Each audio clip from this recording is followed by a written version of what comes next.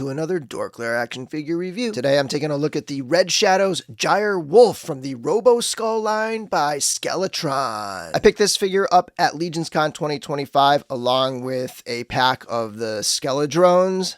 And I'm not like an Action Force expert. I don't really know much about like the history of the Red Shadows and all that. I just know that it was like, you know, the European Palatoy kind of version of G.I. Joe, and the Red Shadows were, you know, this other like bad guy organization. I do think Skeletron owns the license to, or you know, they're either licensing Red Shadows or they own it outright. That whole kind of like thing, and they do have the comic books as well available like on their website. So they're definitely like, these are like official Red Shadows figures that you could potentially add to your original like Red Shadows shelf.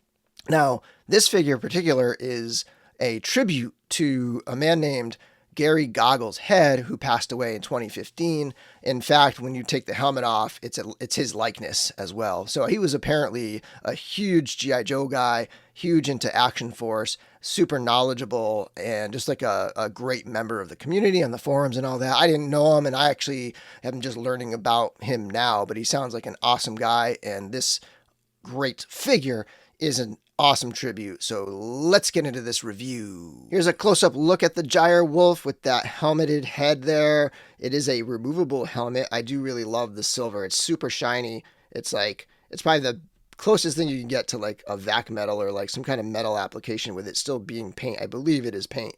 And I like the visor there. You've got like almost like a targeting system. And like I said, that helmet is removable to reveal the head of Gary Goggles right there.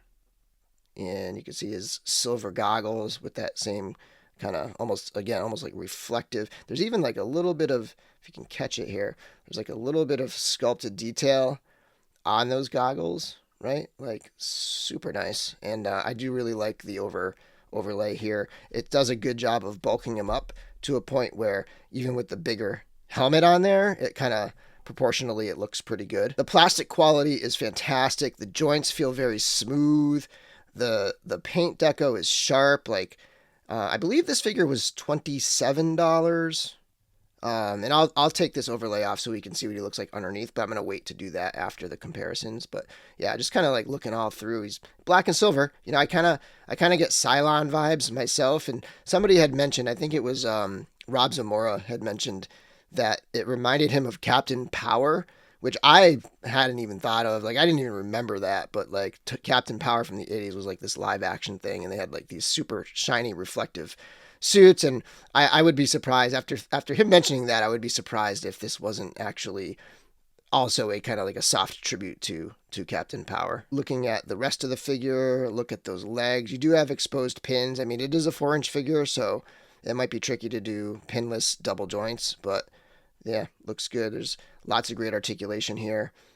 Just a fantastic figure, and let's get into some comparisons. And zooming out, here's a look at the overall silhouette of the figure, which stands just about 4 1/4 inches tall, placing it firmly in the 1/18th scale rather than anything close to the 3 3/4. And for that reason, let's kick off the comparisons with some 1/18th scale. Here we have some Boss Fight Studios Vitruvian hacks. Next up, some Joy Toy TMNT figures. Here we have a couple toy pizza figures. On the left is a straight up Glyos toy pizza figure. That is a Knights of the Slice Sea of Daggers Cray material color with the blue cowboy armor set on there. And then on the right, you see the same armor set, but the underlying body is actually an Acid Rain figure. This was a crossover release a few years back, I think around 2020 or so. And just a couple more Glyos figures. On the left is the Scaphoidian Evil Fade-In that I also picked up at LegionsCon. On the right is the Toyfinity Manglores figure, and that one's like, you know, right in scale with this. Obviously, the Fade-In is more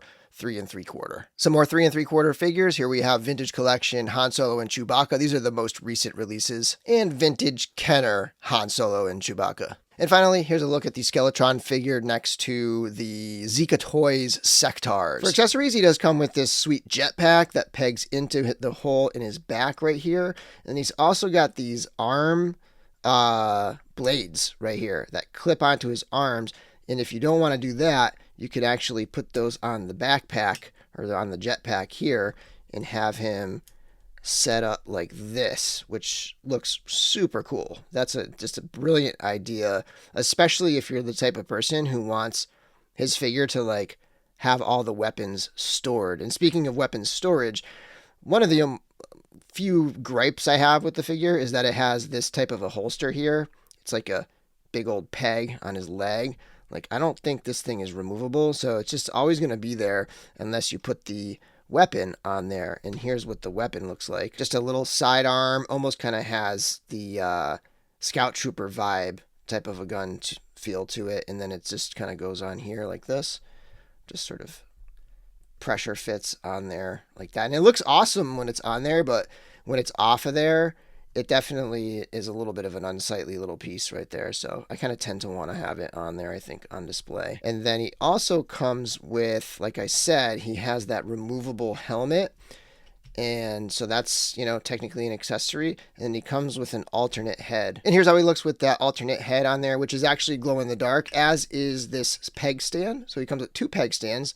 This one here is more of a gyre effect. And then this one here is just a clear stand with the Skeletron logo, but they both have 3 pegs on each one, so you have options for how you want to like stand your figure up. And then I also wanted to point out, I know these aren't accessories that come with the figure, it's like a side pack, but there's a pack that comes with 3 of these, and these all have these ball joints, so you could set it up like this and have it be like a flying drone, something like this, right?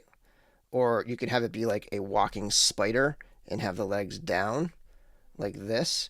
And then the head is on a ball joint, so that is articulated.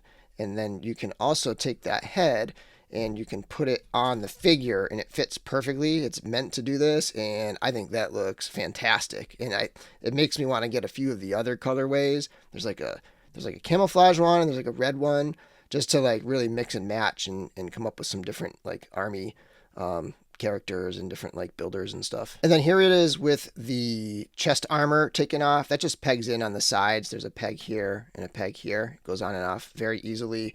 And then here's how his body looks without it. And he's got that Skeletron head on there. And that looks awesome too. Like, it's not just unpainted underneath the chest. It's fully detailed. And this figure just feels really nice. It's a great figure. The only other thing I'll say about the accessories is that it only comes with the 2 hands. One pair of hands, trigger finger hands. It would have been nice to see some expressive hands, maybe some fists, maybe just some regular grip, just to kind of like give you more display options for such a displayable kind of piece. I mean, this is a display piece type of figure, and extra hands would have been nice. And for articulation, the head is on a ball joint. It can go side to side a little bit. There's not a lot of up and down here. There's just a little bit. You could obviously like half pop the head off and maybe like trick him into looking up if you wanted.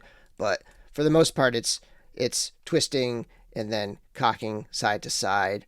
And, you get the helmet on there. And it doesn't really change much. It's got, doesn't really hinder anything. It still has that same range, I guess. But that's probably the only place where I think the articulation is limited. You've got hinge and swivel at the shoulders. If you took the armor off, the shoulders would go all the way around. You do have single jointed elbows that come up just a little past 90 degrees. You do have a twist above the elbow, twist at the wrist. These are vertical hinges at the wrists over there. You do have a single ball jointed waist, and you get a lot of good motion there, and everything feels super smooth. Like, all the joints feel great. This thing moves really well. I do like it. You do have a ball jointed hip over here. He can kick forward that far, back a decent amount, out into the splits. You do have a twist above the thigh. Got that double jointed knee. Like I said, it does have the exposed joints there, or the pins. There is a twist above the lower leg area there, so you have that twist. You have a hinge at the ankle and then a rocker at the ankle. No twist at the ankle, but that makes up for it here. That'll do it for my review. I really enjoy this figure. I think the build quality, the paint apps, everything is fantastic. There's a couple little minor gripes, but nothing that makes me say, oh, I don't recommend this thing. I do think I will be picking up more of the 4-inch figures. Not sure if I'll get a 6-inch. Maybe I'll get like one 6-inch figure and see how it goes, and then go from there. But I'll definitely be getting more of the 4-inch figures. Definitely want Skeletron for sure. Anyway, thanks for watching my video, and until next time, may the Force be with you.